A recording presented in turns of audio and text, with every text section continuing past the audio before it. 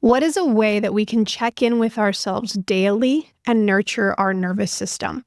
So I'm going to share with you, give you a little bit of a sneak peek into the work that we do in the Body First Healing Program, which is my 6-month trauma and somatic and nervous system healing container and program.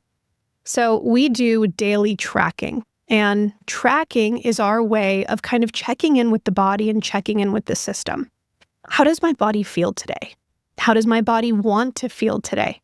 Is there an emotion that it wants to feel? Is there a sensation that it wants to feel? Oftentimes, we start off our day by being in our heads and with our to-do lists, right? I have to do A, B, C, D, X, Y, and Z, but maybe our body is actually sending us a different sign, a different signal, and we override or we don't listen and we stay on autopilot. And what can start to happen is that the further and further we get into disconnection from what our body really wants, the further we get away from our own authentic wants, desires, and our own true selves. So with the intention of reconnecting to our own authenticity, reconnecting to our own body, one of the things that we do is daily tracking. And so in the morning, you can wake up and you can ask the question, how does my body want to feel today? I would recommend going over to Google and typing in emotion wheel. The emotion wheel is going to give you a nice little illustration that a lot of therapists use and somatic practitioners use to really break down all of the different emotions that we experience day to day. And get curious about that emotion wheel. Every morning, is there an emotion that pops out to you? Right? Because how often do we start to talk to our body? How do I want to feel today? And the body doesn't say anything back. That is likely going to be your experience as you start doing this kind of somatic practice, because that's maybe a language that you haven't learned or perfected or have become fluent in yet. It takes time, it takes repetition, it takes practice. So for now, you can have this cheat sheet, this emotion wheel. And when you find an emotion that sticks out to you, that feels intriguing, just go with the first thing that pops out on the page. Wow, today I want to feel peace. Today I want to feel excitement. Today I want to feel love. I want to feel gratitude. And then what you're going to do is you're going to set an intention, a small intention that will last maybe only 5 to 10 minutes.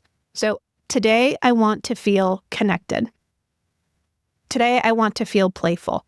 And I will accomplish this by, so let's say it's playful. Today, I will accomplish this by playing fetch with my dog for 5 minutes, or coloring with my kids up in the playroom, or going to the playground, or watching, having a funny comedy podcast on in the background while I'm doing my office work today.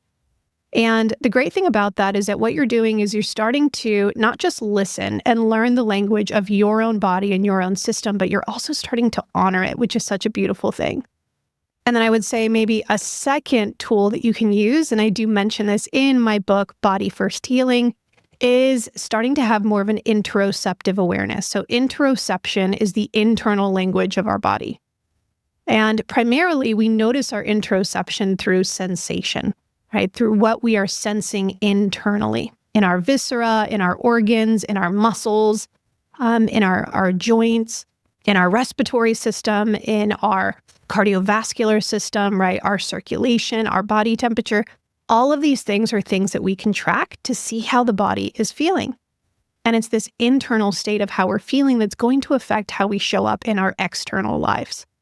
But again, so many of us have not learned this language. And so our body, again, might be sending us signals throughout the day that it needs our attention, that it needs something, yet we haven't learned how to slow down to listen. And so building up interoceptive awareness is our way of, again, learning that language.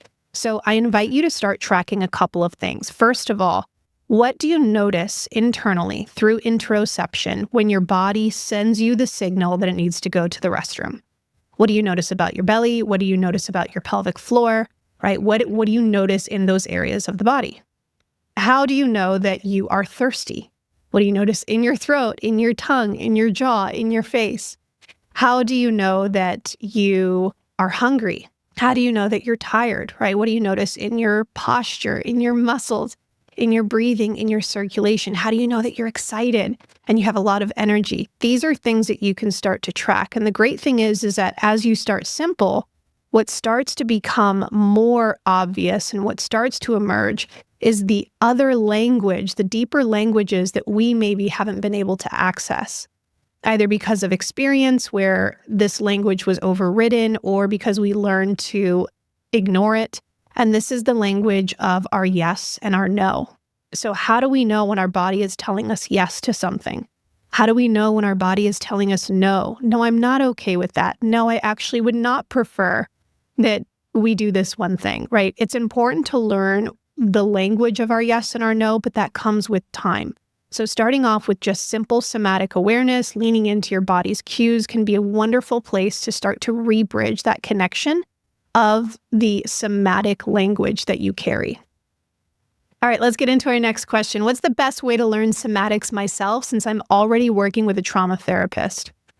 Yeah, I think that a great way to learn about somatics, which again, somatics is anything that is of the body, is going to be to actually lean into your own somatic understanding.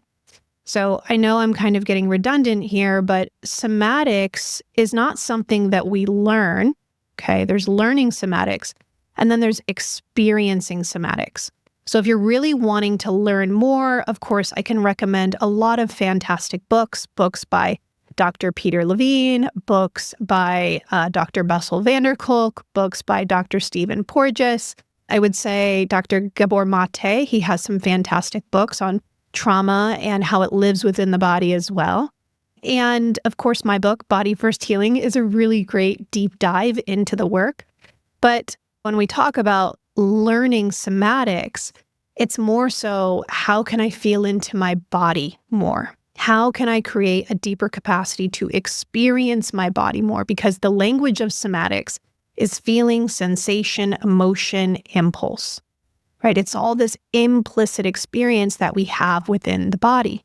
It's not necessarily a thought or a cognitive experience, it's a felt experience. And so one way to really sharpen this skill set and to build more of your somatic awareness is to get good at observing yourself. One way that you can think of this is separate witness consciousness, which is where you are separating yourself from your body and you're holding this awareness that my body is experiencing anxiety right now. So instead of identifying with I am anxious or I am angry or I am excited, it's my body's experiencing excitement. And then you can ask the question, and how does my body show me that excitement?